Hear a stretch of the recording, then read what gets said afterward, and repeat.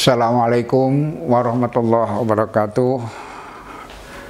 Alhamdulillah kita bertemu kembali dalam pelajaran Faraid. Semoga pertemuan kita disertai dengan inayah dan hidayah Allah. Kita berdoa, Allahumma anfa'na bima 'allamtana wa 'allimna ma yanfa'una wa zidna ilman.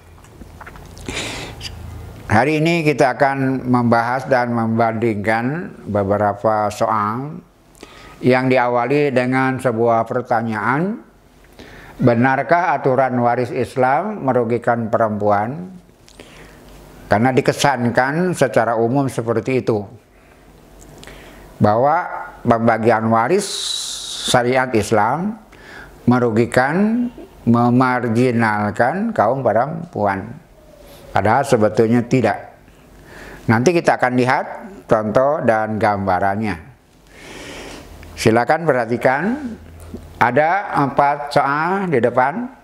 Sengaja soalnya sama, cuma bedanya D-nya. Nomor 1 D-nya anak perempuan, 1 anak perempuan. Nomor 2 D-nya 1 anak laki-laki. Kemudian untuk membandingkannya, kemudian nomor 3 A sama, B-nya sama, C-nya sama, D-nya 2 anak perempuan, 2 anak perempuan. Kemudian nomor 4 A-nya sama, ya, kemudian D-nya 2 anak laki-laki. Kita akan membandingkan bagian mereka yang mereka dapatkan antara laki-laki dan perempuan. Karena dikesankan Islam merugikan kaum perempuan, padahal secara praktek, secara rinci sebetulnya tidak seperti itu. Silakan lihat nomor 1. Sambil kalian menghafalkan kaidah pembagiannya, kemudian cara menghitungnya. Silakan nomor 1, A istri, B ibu, C ayah, D 1 anak perempuan. Berarti di nomor ini ada far'u waris. Maka istri dapat 1/8. Kemudian ibu mendapat 1/6. Ayah mendapat 1/6.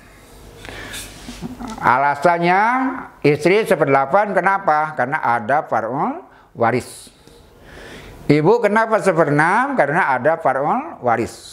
Kemudian ayah dapat 1/6 juga sama karena ada far'u waris. Kita tahu far'u waris adalah anak laki-laki, cucu laki-laki dari anak laki-laki, anak perempuan yang ini, dan cucu perempuan dari anak laki-laki. Itu namanya far'u waris. Itu yang mempengaruhi bagian istri, ibu, dan ayah. Dengan adanya far'u waris, istri 1/8, ibu 1/6, ayah 1/6. Kita ambil cari persekutuan penyebutnya. 8, 6, 6. Disebutnya tawafuk. Kenapa? 8 dan 6 bisa dibagi angka yang sama dengan genap oleh angka selain 1. Tapi 8 tidak habis, tidak genap dibagi 6. 8 dibagi 6 tidak genap. Karena itu dikalikan, diambil perkalian, setengah perkaliannya. Berarti 24. Itu cara faraid, ya, mencari persekutuan penyebut. 1/8 berarti sahamnya 3. Itu. 1/8 dari 24 istilahnya sahamnya 3. Ibu sahamnya 4. Ayah sahamnya 4. Anak perempuan berapa? 1,5. Sahamnya 12. Gitu. Anak perempuan sahamnya 12. Kenapa bagiannya setengah? Karena sendirian, tidak ada anak laki-laki. Berarti 3 dengan 4, 7 dengan 4, 11. Ditambah 12, 23. Berarti ada kelebihan 1. 1 untuk siapa? Sisa itu untuk ayah. Karena di sini satu-satunya asoba binafsihi ayah. Nah, begitu. Jadi ayah bagiannya 5. Istri sahamnya 3, 1/8 dari 24. Ibu sahamnya 4, 1/6 dari 24. Kemudian ayah 1/6, 4. Ditambah 1. Kenapa? Tidak ada asobah lagi kecuali ayah. Maka ayah diberi 1. Jadi ayah 2 kali bagian. 1 dari bagian tertentu, 1 dari sisa. Kemudian anak perempuan 12 sahamnya setengah. Maksudnya ini 3/24. Kemudian 4/24. Ini 5/24. Anak perempuan 12/24. Nah, itu pembagian nomor 1.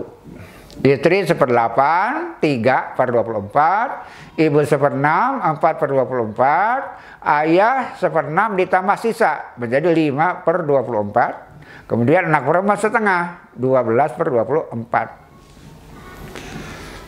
Jadi sekarang jadi habis. Kenapa? Karena ada ayah penerima sisa. Jadi tidak terjadi rod. Kenapa? Ada penerima sisa. Gitu. Silakan lihat berikutnya. Nomor 2 sama dengan nomor 1. Istri 1/8. Karena ada para waris. Sekarang para warisnya anak laki-laki. Di sini para warisnya anak perempuan. Ibu 1/6. Ayah 1/6. Anak laki-laki asobah binafsihi, sisa. Gitu. Penyebutnya akan sama, karena angkanya sama, 24. Ini sahamnya 3, ini sahamnya 4, ini sahamnya 4.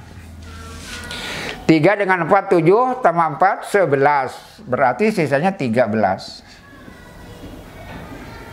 13. Jadi konkretnya, istri 1/8 sama dengan 3/24. Ibu 1/6 sama dengan 4/24. Ayah 1/6 sama dengan 4/24. Sisanya 13/24. Itu untuk anak laki-laki. Walaupun lebih kecil anak perempuan, tapi tidak begitu jauh. Anak perempuan dalam nomor 1 dapat 12/24. Kemudian di nomor 2 anak laki-laki dapat 13/24. Dari soal yang sama, tidak begitu jauh bagian anak laki-laki dan anak perempuan. Jadi tidak benar, tidak tepat disebut merugikan. Apalagi lihat di soal nomor 2 dan nomor 3. Soal nomor 3 dan soal nomor 4. Silakan lihat. Istri 1/8. Ibu 1/6. Ayah 1/6. Anak perempuan 2/3. Anak perempuan kalau sendirian setengah, kalau berdua 2/3. Maka anak perempuan dapat 2/3. Silakan lihat. Persekutuan penyebutnya sama 24. Ini 3. Ini 4. Ini 4. Kemudian 2/3 16. 2/3 lah 16/24. Sahamnya 16. Silakan jumlahkan. Jadi berapa? 3 dengan 4, 7 dengan 4, 11 dengan 16, 27. Berarti terjadi aul. Seperti yang kita pernah pelajari. Terjadi aul ke-27. Kenapa? Karena saham lebih besar dari masalahnya. Berarti kurang. Maka istri dapat 3/24 asalnya, berubah jadi 3/27. Ibu dapat 1/6. Asalnya 4/24, jadi 4/27. Ayah dapat 1/6, asalnya 4/24 berubah jadi 4/27 karena terjadi aul. Kemudian anak perempuan 16/27. Asalnya 16/24 berubah jadi 16/27. Itu di nomor 3. Istri dapat 3/27, ibu dapat 4/27, ayah dapat 4/27, anak perempuan mendapatkan 16/27. Silakan di nomor 4, susunannya sama, hanya D-nya anak laki-laki. Istri 1/8, ibu 1/6, ayah 1/6, 2 anak laki-laki sisa asobah binafsihi. Itu asobah binafsihi. Maka istri penyebutnya sama 24, 3. Kemudian ibu 1/6, 4. Ayah 1/6, 4. 3, 4, 4. Berarti sisanya berapa? 3 dengan 4, 7 dengan 4, 11. 24 tambah 11, 13. 13/24. Marilah kita bandingkan nomor 2, 3, dan nomor 4. Lebih besar berat siapa antara anak perempuan dengan anak laki-laki? Itu yang ingin kita buktikan, bahwasanya perempuan tidak dirugikan, dalam pengertian bahkan kadang-kadang bisa lebih besar daripada laki-laki. Contohnya kalau membandingkan kasus nomor 3 dan nomor 4. Di nomor 3 yang ada anak perempuan, di nomor 4 yang ada anak laki-laki. Anak perempuan mendapat 16/27, anak laki-laki mendapat 13/24. Kalau untuk membandingkan, cari persekutuan penyebutnya. 24 dengan 27, persekutuannya adalah 216.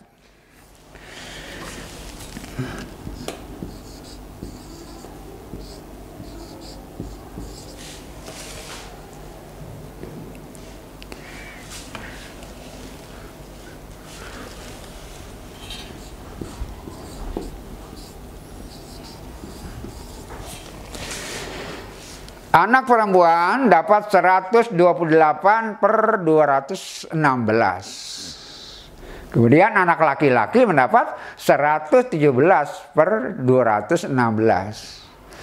Jadi dalam kasus nomor 3 dan nomor 4, anak perempuan lebih besar bagiannya dari anak laki-laki. Tadi disampaikan anak perempuan walaupun asalnya 2/3 berubah jadi 16/27.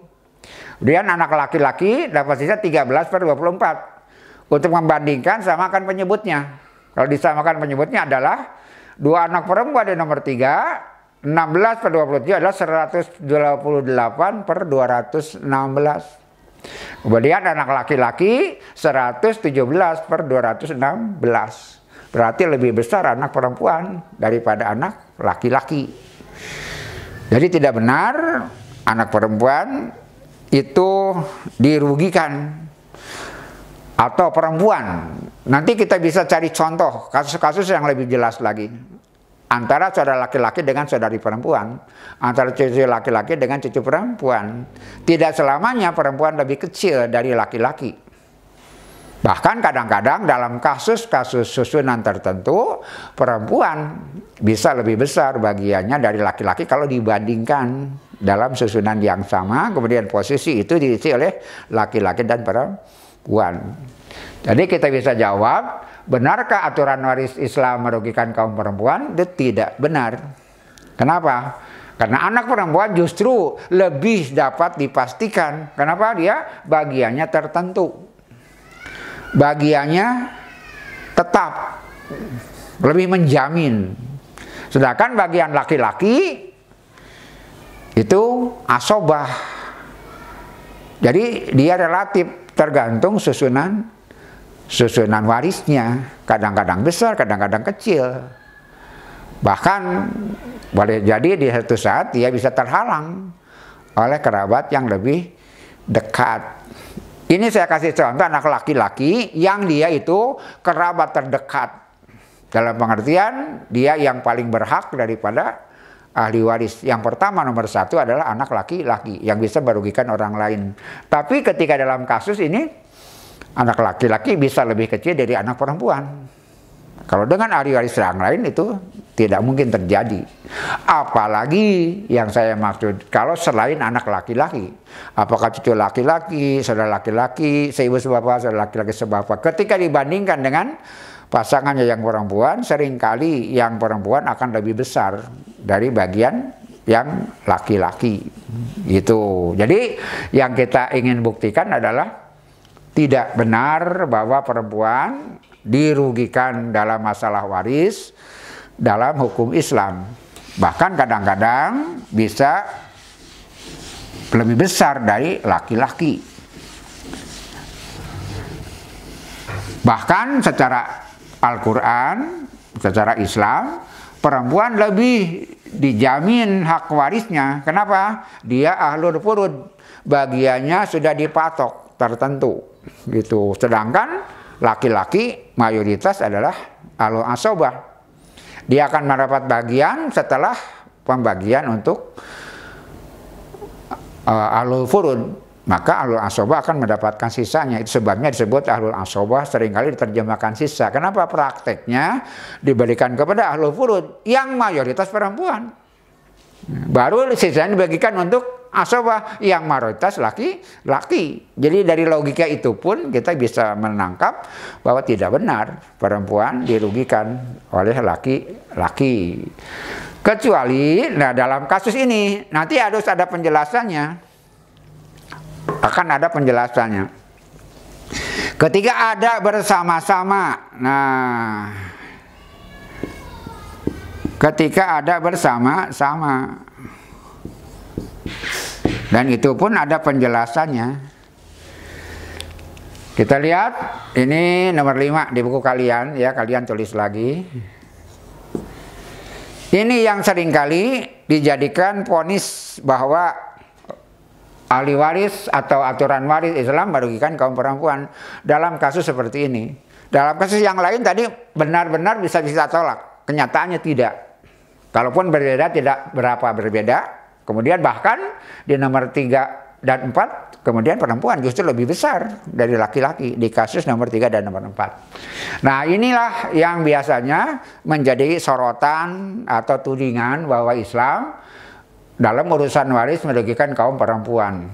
Itu terjadi, kesimpulan itu ketika ada bersama-sama anak perempuan bersama anak laki-laki, cucu perempuan bersama cucu laki-laki, saudari perempuan bersama saudara laki-laki, yang seibu sebapak dengan yang seibu sebapak, sebapak dengan yang sebapak. Memang dalam kasus ini ada aturan bahwasanya ini namanya asoba bi goerihi.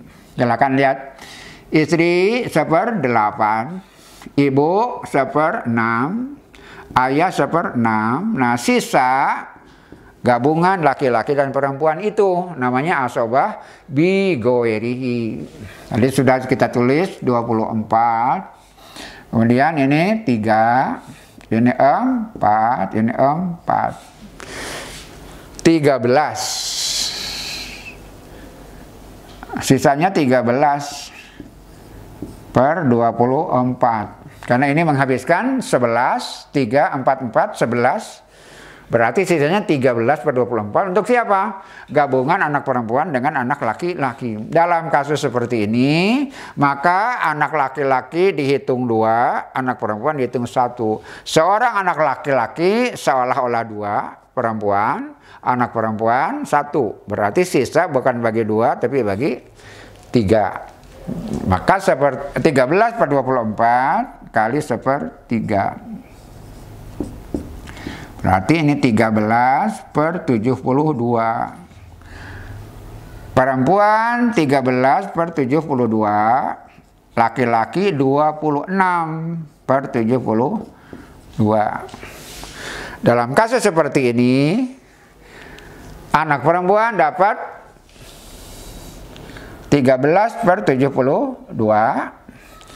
Anak laki-laki dapat 2/6/72. Dengan cara perhitungan, laki-laki dihitung 2, perempuan dihitung 1. Tapi ada penjelasannya, gitu. Kenapa? Secara Islam, kalau ada orang ditinggal wafat, laki-laki dan perempuan anaknya, pertanyaannya, siapa yang mengurus siapa? Siapa yang bertanggung jawab atas siapa? Gitu. Maka dalam kasus seperti ini, baik anak perempuan dengan cucu perempuan, laki-laki, anak perempuan dengan anak laki-laki, cucu perempuan dengan cucu laki-laki, saudari perempuan dengan saudara laki-laki, maka secara Islam yang akan mengurus urusan adalah anak laki-laki. Itu sebabnya laki-laki 2 kali bagian perempuan. Karena dia yang akan jadi wali, dia yang menanggung semua urusan. Dapat kita bayangkan, anak perempuan dapat 13/72 dari seluruh harta, anak laki-laki 26 dari 70/72 dari seluruh harta. Bayangkan kalau mereka menikah. Kalau mereka menikah, anak perempuan hartanya tetap tidak akan berkurang. Kenapa? Justru dia akan menerima dari suaminya, dia akan bertambah. Gitu. Sedangkan laki-laki, bayangkan, anak laki-laki menikah, dipakai mas kawin, dipakai urusan nikah, kemudian ke depannya dia harus ngurus, ini barangkali kurang, karena dia akan berkurang terus. Itu berkaitan dengan laki-laki 2 kali lebih besar dari perempuan, karena secara Islam laki-laki yang bertanggung jawab dalam pasangan seperti apapun. Bukan saja antara anak perempuan dengan anak laki-laki, seperti juga cucu laki-laki bertanggung jawab terhadap cucu perempuan. Saudara laki-laki bertanggung jawab atas saudaranya yang perempuan. Kalau seorang meninggal, bayangkan seorang meninggal, ahli warisnya ayahnya dan ibunya. Bagian ayah akan 2 kali lebih besar dari ibunya. Tapi kan ayahnya ngurus ibunya, ibunya ngurus ayahnya.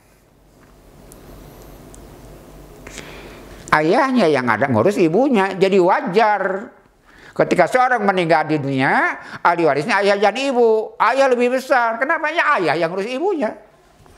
Tidak mungkin dalam etika apapun, manapun, kalau perempuan ngurus laki-laki, si ibu ngurus ayah, nggak ada. Dalam etika apapun, laki-laki akan mengurus perempuan. Itu sebabnya pandangan bahwa hukum waris Islam merugikan kaum perempuan tidak benar. Tadi dapat kita buktikan antara nomor 1 dan nomor 2 itu hampir sama, laki-laki dan perempuan. Bahkan di nomor 3 dan nomor 4 yang tadi ketika laki-lakinya 2 perempuannya 2, ternyata yang laki-laki lebih besar dari yang perempuan.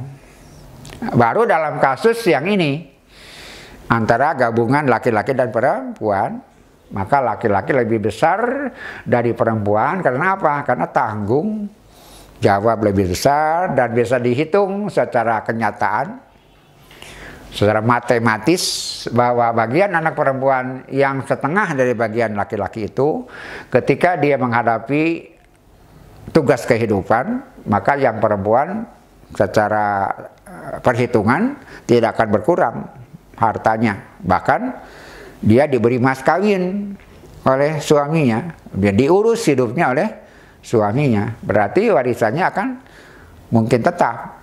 Sedangkan kalau yang laki-laki, dia 2 kali lebih besar dari perempuan, ketika menikah dia harus mengeluarkan biaya, dia harus mengeluarkan mas kawin, dan seterusnya dia mengurus istrinya. Itu sebabnya wajar dan tidak berlebihan. Bahkan sangat tepat ketika Islam menempatkan bahwa laki-laki harus 2 kali bagian perempuan apabila mereka bersama-sama menjadi asobah bi goerihi. Itu sebabnya ada sedikit perbedaan di dalam istilah Al-Quran, istilah Islam. Apa? Siapakah yatim itu? Siapakah yatim secara hukum Islam? Ada istilah anak yatim.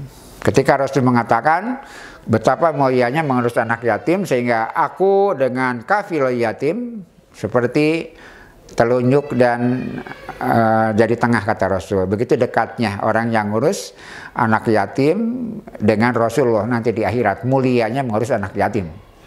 Tapi yang sedang kita akan perbincangan, siapa anak yatim itu?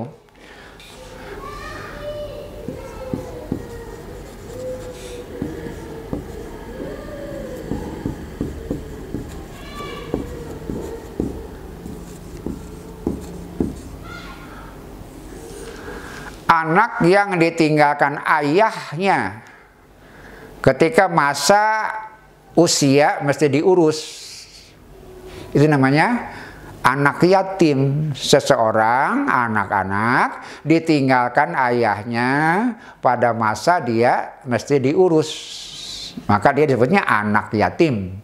Karena itu kalau orang dewasa ditinggalkan ayah tidak anak yatim, karena dia sudah dewasa. Anak yatim adalah ketika orang yang dalam waktu mesti diurus gitu, ayahnya wafat, kan disebut anak yatim.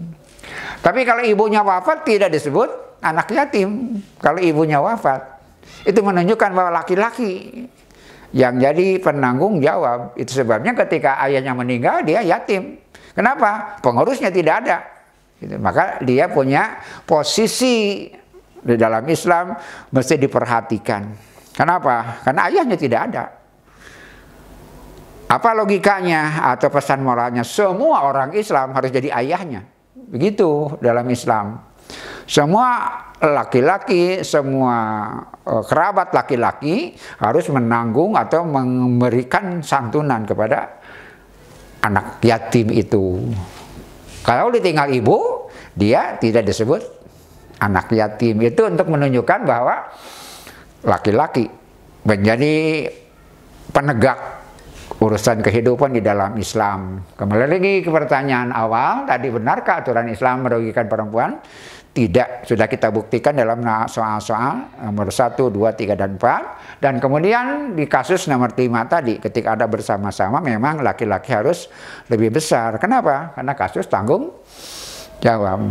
Dan kalau dihitung secara matematis pun kita bisa buktikan bahwa hukum Islam itu benar. Kenapa? Dalam hukum Islam yang jadi penanggung jawab kehidupan adalah laki-laki.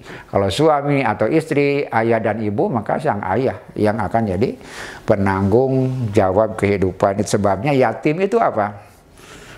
Seorang anak ditinggalkan oleh ayahnya pada masa dia harus mendapat pengurusan ayahnya. Maka dia ketika ditinggal wafat namanya yatim.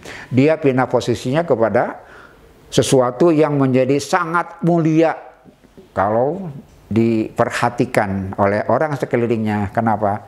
Ketika ayahnya tidak ada, pengurusnya tidak ada, dia harus diurus oleh muslimin sekitarnya. Berbeda dengan hewan. Kalau hewan justru ditinggal induknya, itu namanya yatim.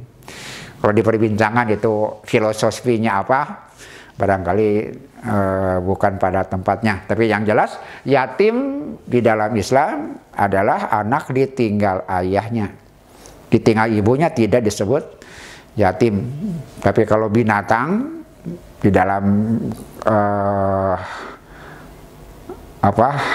literatur Islam, binatang itu disebut yatim kalau ditinggal oleh induknya. Kenapa? Induknya yang akan mengurusnya. Berbeda dengan manusia, yang ngurusnya adalah ayahnya. Demikian yang dapat saya sampaikan. Mudah-mudahan kalian bisa meyakinkan tentang adilnya dan tepatnya hukum waris di dalam Islam. Jangan terbesit di dalam pikiran bahwa hukum Islam merugikan, sama sekali tidak. Demikian, terima kasih. Rabbana atina fid dunya hasanah wa fil akhirati hasanah wa qina azabannar. Assalamualaikum warahmatullahi wabarakatuh.